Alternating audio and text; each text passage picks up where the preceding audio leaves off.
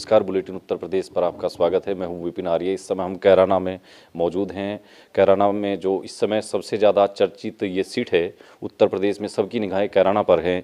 बाबू हुकुम सिंह जो उत्तर प्रदेश में भाजपा के कद्दावर नेता रहे हैं, सांसद रहे हैं कैराना से, और लंबे समय तक उत्तर प्रदेश की राजनीति में उनका सक्रिय दखल रही है। उनकी ये परंपरागत सीट है और यहाँ से लगातार वो जीत करके उत्तर प्रदेश की विधानसभा में और दिल्ली संसद में उन्होंने यहाँ का प्रतिनिधित्व किया है। अब यहाँ से भारतीय जनता पार्टी की उम्मीदवार उनकी बेटी मृगांका सिंह जी हैं और वो दूसरी बार यहाँ से एक बार विधानसभा चुनाव में प्रत्याशी हैं। तो उनसे बातचीत करेंगे, जानेंगे कैराना में किस तरह का चुनावी माहौल है और इस बार वो भारतीय जनता पार्टी के उम्मीदवार के रूप में हैं तो कैसा वो देख रहे हैं चुनाव को, अपनी जीत को लेकर कितना आश्वस्त हैं। इन तमाम चीज़ों पर उनसे बातचीत करेंगे। बहन जी, बहुत बहुत स्वागत है आपका। धन्यवाद विपिन। अच्छा, ये आपका कैराना का चुनाव जो है अब एक तरह से पूरे प्रदेश में कहूँ तो दूसरे राज्यों में भी बहुत बड़ी चर्चा है इस सीट को लेकर के, तो ये आपके लिए भी और बहुत बड़ा इम्तिहान है एक तरह से। कैसे देखते हैं आप कैराना के चुनाव को? जी, निश्चित रूप से ये बहुत बड़ा इम्तिहान है, क्योंकि पार्टी नेतृत्व ने तीसरी बार मुझ पर ये उम्मीदवार बनाकर आशीर्वाद दिया है, तो इसकी एक अलग ही चुनौती है।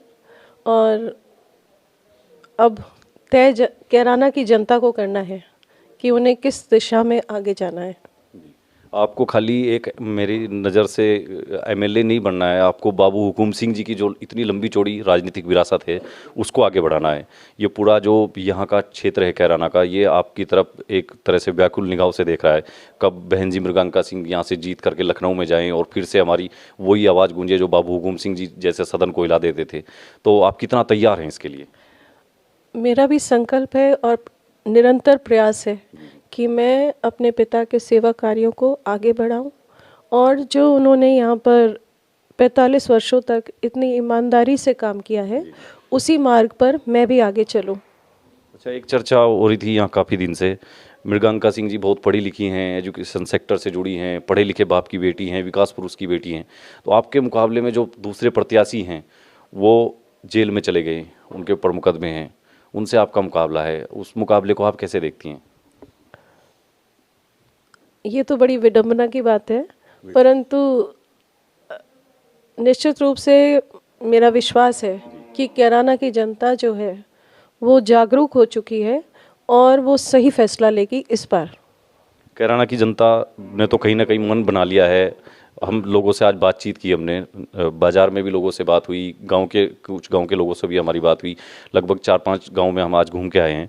तो लोगों का तो मन है कि योगी सरकार अच्छी है, इस सरकार को बदलना नहीं है। दूसरी सरकारों में अपराध था, गुंडागर्दी थी, क्राइम था, पलायन था, तमाम चीज़ें, तो वो तो लोग सब मन बना चुके हैं। आपकी तैयारी कैसी है? आप किस तरह से तैयार हैं इतने बड़े मुकाबले के लिए?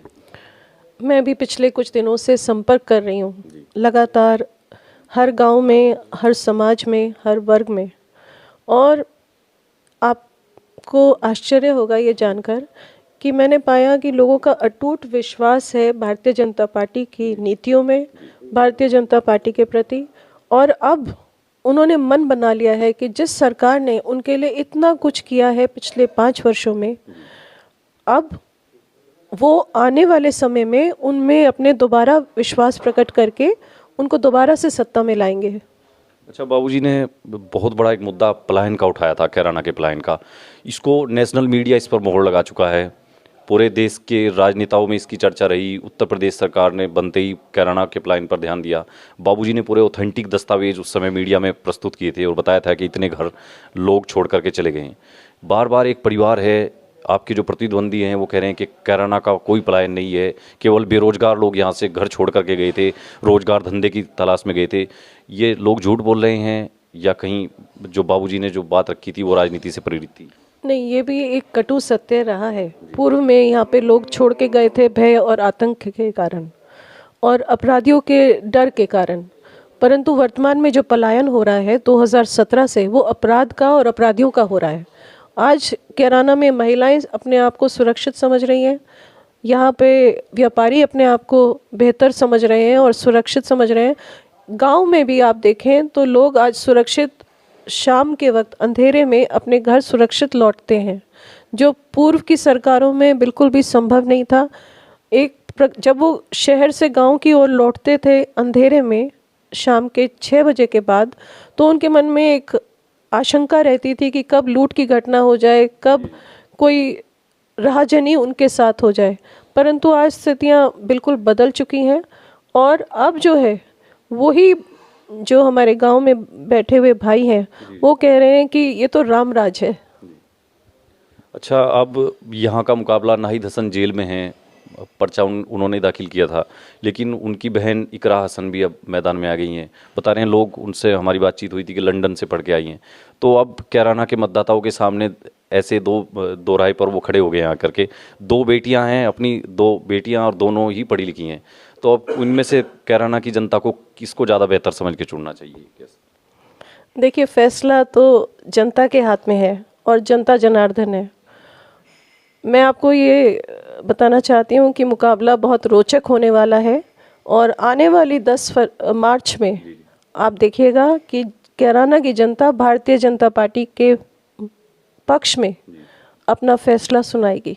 अच्छा, लोगों से, हमारी गांव के लोगों से जब बात होती है तो लोग आपके साथ ही ये कहते हैं कि बाबू हुकुम सिंह जी हमारे अंदर बसे हुए हैं, उनकी छवि हम मृगांका सिंह में देखते हैं। तो काम तो बाबूजी बहुत कुछ करके गए हैं, पूरा विकास कार्य उन्होंने बहुत कराए, एजुकेशन के लिए काम किए, सड़कें तमाम है, यहाँ सब चीज़ें हैं।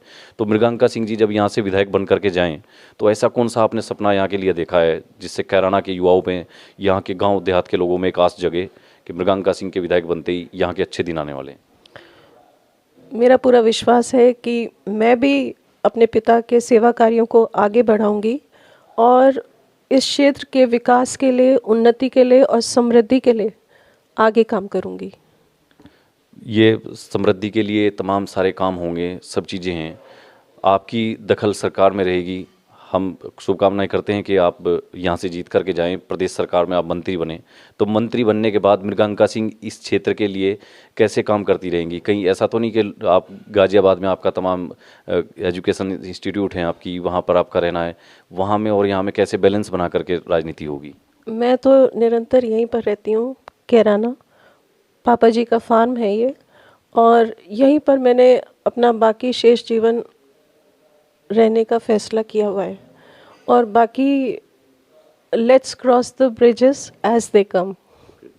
Thank you. ये थी मृगांका सिंह जी, उनसे हमने बात की। वो काफ़ी कॉन्फिडेंस के साथ कह रही हैं कि कैराना की जनता निश्चित रूप से उनको मौका देगी, उनके पिता विकास पुरुष बाबू हुकुम सिंह के नाम पर उनको वोट मिलेगा। और योगी सरकार का जो काम हुआ है 2017 से, कैराना की तस्वीर अब बदली है, क्राइम नहीं है, 0 क्राइम हुआ है कैराना में। और लोग जो पलायन कर गए थे 2017 में से पहले यहाँ से, वो सब लोग अपने घरों को लौटाए हैं।